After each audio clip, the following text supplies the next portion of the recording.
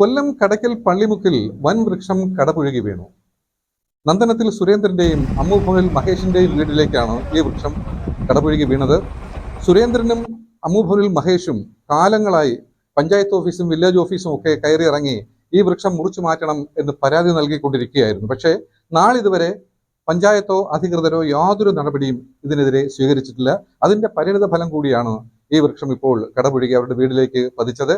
നാശനഷ്ടങ്ങളേറെ ഉണ്ടതായിട്ടാണ് അറിയാൻ കഴിഞ്ഞത്. അതുപോലെ നിലമേൽ മുതൽ മടത്തറ വരെ റോഡിന്റെ ഇരുവശങ്ങളിലും ഇതുപോലുള്ള വൻ വൃക്ഷങ്ങൾ ചുവട്ടിൽ മണ്ണില്ലാതെയും വിലക്കുറവായും നിൽക്കുന്നുണ്ട്. അധികൃതർ ശ്രദ്ധ പതിച്ചില്ലെങ്കിൽ ആളപായം വരെ ഉണ്ടാകാൻ സാധ്യത ഉള്ളതായാണ് നാട്ടുകാർ പറയുന്നത്.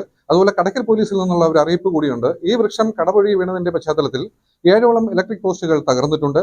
ഇതിന്റെ ഭാഗമായി ഈ പോസ്റ്റുകൾ നാളെ തിങ്കളാഴ്ച ദിവസം മാറുകയാണ് രാവിലെ. അതുകൊണ്ട് കടയ്ക്കൽ മുതൽ ചിങ്ങേലി വരെ ട്രാഫിക് നിയന്ത്രണം ഏർപ്പെടുത്തിയിട്ടുണ്ട്. കടയ്ക്കൽ പോലീസ് നിന്ന് അറിയിച്ചതാണ് ഈ കാര്യങ്ങൾ.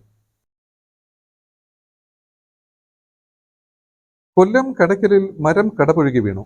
രാവിലെ മുതൽ പെയ്യുന്ന മഴയിലാണ് അപകടം. 2 മണിയോടെയാണ് മരം കടപുഴകിയത്.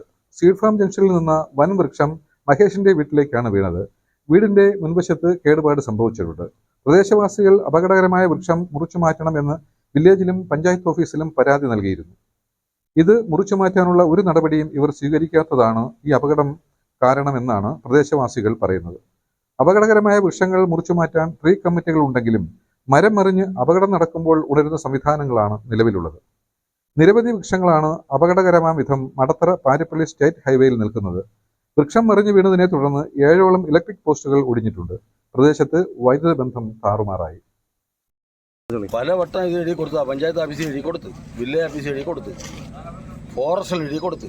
ഒരിക്കൽ ഇവിടെ എൻക്വയറിക്കൊക്കെ ആൾ വന്നിട്ട് മുറിക്കാമെന്ന് പറഞ്ഞ ആൾ വന്നിട്ട് ഇതിൻ്റെ കൊമ്പ് മുറിച്ചിട്ട് പോയി.